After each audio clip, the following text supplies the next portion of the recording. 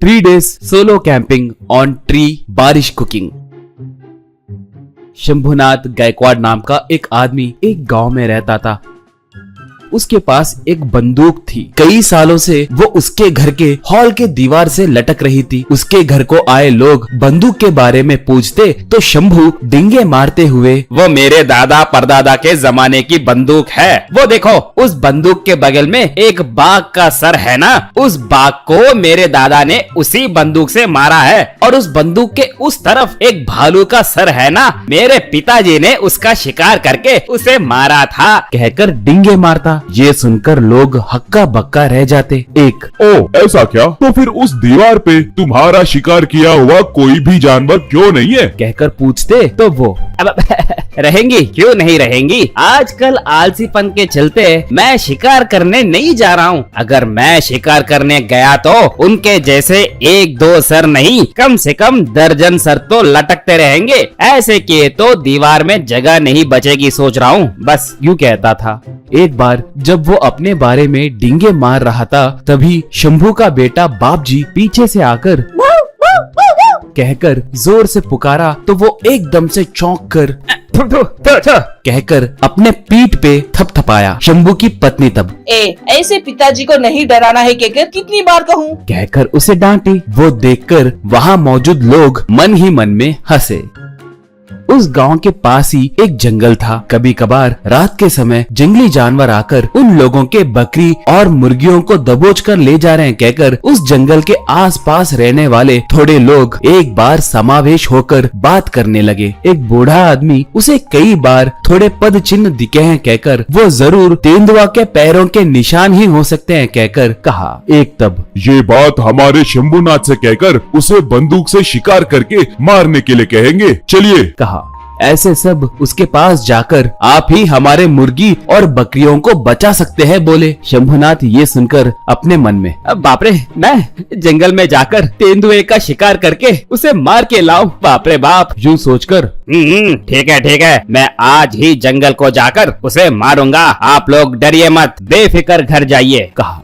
तब पत्नी उसे वीर तिलक लगाकर, कहीं अब जंगल में कदम रखते ही वो तेंदुआ मारे डर के छिप न जाए, देर हुए तो भी परवाह नहीं है, 2-3 दिन जंगल में ही रहकर विजय लक्ष्मी के साथ आना, बोली। शंभू बेख्याली में ही, वैसे विजय लक्ष्मी कौन है, वो जंगल में कहाँ रहती है, कहकर पूछा। पत्नी, बापजी देखा तुम्हारे पिताजी कैसे मजाक कर रहे हैं, इन्हें तेंदुए का शिकार कर रहे हैं कहकर जरा सा भी डर नहीं है, शूरवीर ऐसे ही होते हैं, कहकर उसे एक बोरी देकर, इसमें एक चूल्हा और एक हफ्ते के लिए राशन है, देर हुए तो भी बिना तेंदुए को मारे मत आना, बोली।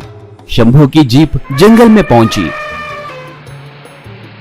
एक पेड़ के नीचे कैंपिंग टेंट डालकर सारे सामान निकालकर तैयार रखकर बंदूक पकड़कर टेंट के सामने एक स्टूल पे बैठ गया। इतने में अचानक से घने बादल छाए और तेज बारिश गिरने लगी। वो तुरंत टेंट के अंदर जाने ही वाला था, तभी किसी जानवर की दहाड़ सुनाई दी। इससे शंभू डर गया और फटाफट पेड़ पे चढ़ के बैठ गया। बारिश और बढ़ी, वो भीगने लगा। तुरंत पेड़ से उतरकर एक रेनकोट पहनकर पेड़ पे चढ़ गया।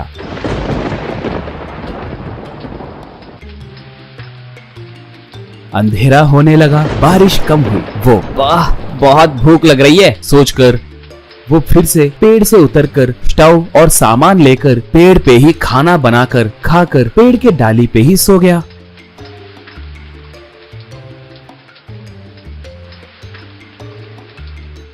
ऐसे वो बंदूक को एक डाली से लटकाकर वही खाना बनाते हुए, वही खाते हुए थोड़े दिन वही सोने लगा।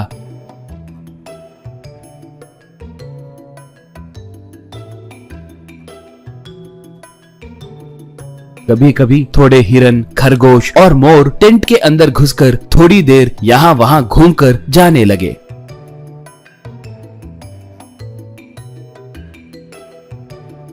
वो तब, वाह प्रकृति कितनी अच्छी है, मगर मैं ऐसे और कितने दिन रहूं? अगर बाघ आई तो पेड़ के ऊपर से ही उसे मारकर उसका सर ले जा सकता हूँ, मगर वो कब आएगी पता नहीं, कई हफ्ते और महीने लग सकते हैं। तब तक इस पेड़ पे कैसे रहूं? हाँ, अगर मैं तेंदुए को ढूंढते हुए गए तो कैसे रहेगा? बाप रे बाप, अगर वो पीछे से आकर वार करके अपने पंजे से मुझे चीर के रख दी तो मैं उतना साहस नहीं कर सकता। कहकर सोचने लगा तो तभी एक बच्चा वहां पर आया। वो कोई आदिवासी बच्चे के जैसे लग रहा था। वो उस टेंट को देखकर सर उठाकर शंभू को देखकर, श्रीमान आप कौन हैं? पेड़ पे क्यों चढ़े? पूछा। शंभू, बाघ का शिकार करने आया हूँ, कहा वो बच्चा। इस जंगल में और आसपास के इलाके में कहीं भी बाघ जैसे कुछ नहीं है। वैसे तुम्हें बाघ से क्या काम है, क्या जरूरत है? कहकर पूछा शंभू तब। मुझे बाघ का सर चाहिए, उसके बिना मैं घर को लौटकर नहीं जा सकता, कहा तब वो बच्चा। बस इतनी सी बात, पहले पेड़ उतर कर आओ। हमारे घर में तुम्हें जितने चाहे उतने जानवरों के सर मिलेंगे। हमारे दादाजी का यही व्यापार है। तुम्हारा पसंदीदा सर चुनकर पैसे देकर ले जाओ, कहा। शंभू तुरंत पेड़ से उतरकर, क्या सच है? मुझे तेंदुए का सर चाहिए, जितना भी दाम हो, कहकर पर्स में के पैसे दिखाया। तब वो बच्चा, तो तुम यही रहो, मैं हमारे दादाजी को बुला कर लाऊंगा, कहकर भागते हुए जाकर अपने दादाजी के साथ लौट कर आया।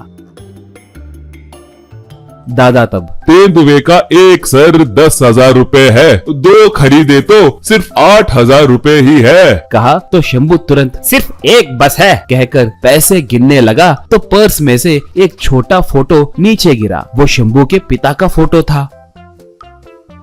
वो बूढ़ा आदमी झुककर उस फोटो को लेकर, अरे ये साहब आपके क्या लगते हैं? ये 20 साल पहले आकर भालू का सर पकड़कर ले गए। उससे पहले इसके पिता को भी मैंने ही बाघ का सर बेचा था। तुम भी इनके जैसे जानवरों के सरों को घरों में रखकर डिंगे मारने वाले लोगों को जानते हो तो मुझे बताओ। मेरे पास हाथी का सर और एक बड़ा मगरमच्छ का सर भी है, दाम कम करके दूंगा, कहा। बस शंभू डरते हुए एक तेंदुए का सर लेकर जीप में घर को निकला।